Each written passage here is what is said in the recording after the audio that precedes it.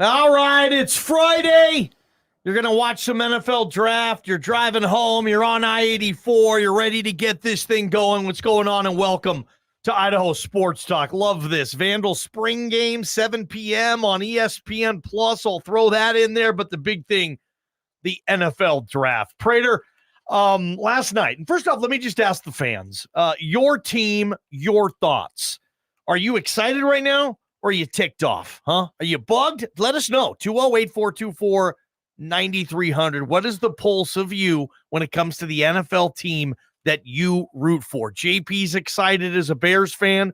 Prater got what he wanted last night with his Steelers taking the Fatanu offensive lineman from Washington. Me with the Seahawks. I love the Byron Murphy pick, getting a 3-tech defensive tackle early on there. So we're all happy. We know not every fan base shares our sentiments, so let us know on the Cloverdale Plumbing text line. We'll pop open that Double Tap Pub hotline as well. If you want to call in, more than welcome to, Prater. Here we go. The second round starting, but we got some stuff to talk about. Let's do it, my friend. Let's do it. I'll start with the 6 quarterbacks with you, okay? All in the first round, all in the top 12 picks. We said it on our show yesterday. These GMs, they just can't contain themselves, man. When the quarterback is there, if they need other spots or whatever the case is, sometimes they just, they need that quarterback. 6. I want to get your opinion of all 6.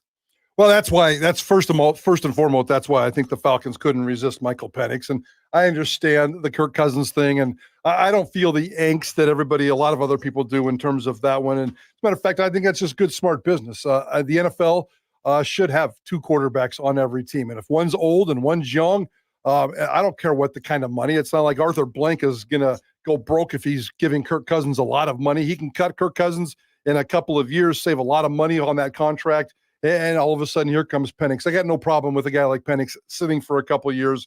I know that that's a divided issue, but I have no problem with what the Falcons did. I thought the guy that ended up, as everybody did, as a lot of people did, who ended up in the best situation ball game was McCarthy. I mean, he set up to succeed in Minnesota.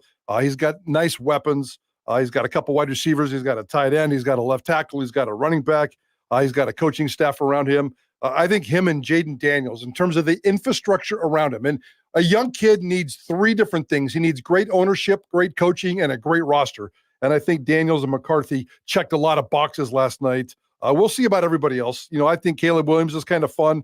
That's certainly going to be interesting to see how that shakes out. Bo Nix is going to be a lot of fun. No issues there. Drake May in New England I could care less about. But it was a good, glorious night for quarterbacks. It was, man. I think J.J. McCarthy, agree with you. Outstanding situation. It'll be hard for him not to start week 1, and he has all those weapons as well. Bo Nix, okay, there's Zach Wilson and Jarrett Stidham. Do you want the gig, Bo Nix? A winnable job for him, I think. Drake May, I'm nervous with the New England without the Bill Belichick culture around. Yeah. I don't think it's going to work for Drake May. And I was thinking that no matter who the New England Patriots selected, a new coach, new staff, you have Jonathan Kraft, the son of Robert, thinking it's time for him to be the big decision maker.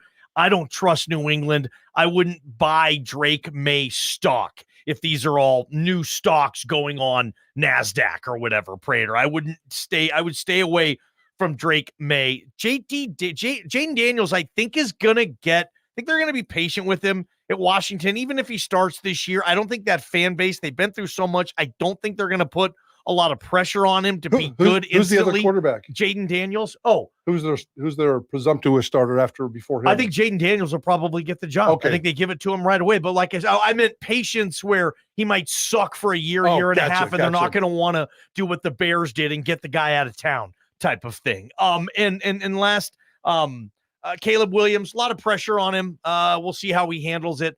This is kind of the era of the bonus baby NIL kid who's been spoiled like all hell since high school. High school kids are going to start getting paid. They're asking for NIL money. And some of them are already getting it. Yeah. I mean, they're saying, if you want me to go on a visit, I charge $5,000 per visit. And you got to pay the kid to come visit your camp now or your school. I hate that too. Yeah. But Caleb Williams is the poster boy for this new era.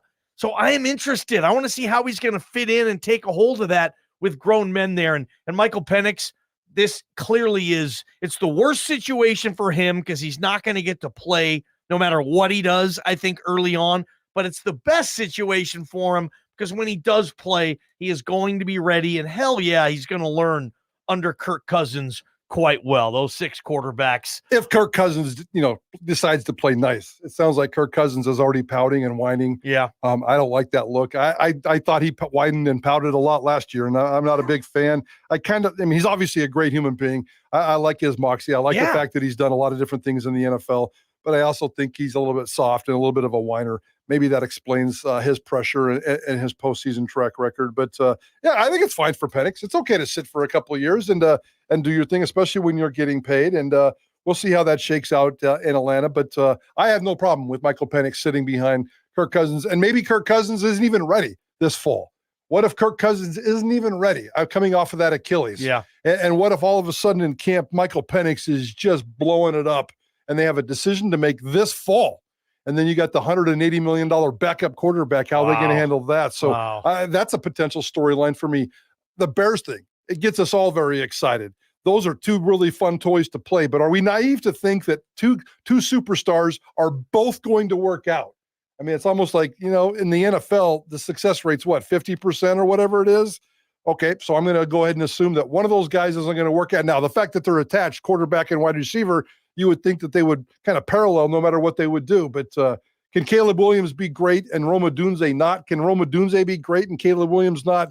That whole dynamic is going to fascinate me the next couple of years. Good question. And I was thinking, well, Rome Odunze, I didn't know if he was great or if he had a great quarterback in a great system with Washington last year. So I wanted to see him go to a place with a quarterback. We'll see on that. Obviously, a lot of pressure on Rome Odunze as well. Who's your team and what are your thoughts on it right now? As we get ready for the second and third rounds tonight, are you excited or are you pissed off? 208-424-9300. Maybe there's a Falcon fan that wants to get on here and share their love or their voice for the Michael Penix situation. Whatever the case is, Buffalo Bills fans, what are you doing? When are you picking? 208-424-9300. Your thoughts on your team. I don't need Prater's thoughts on your team or mine.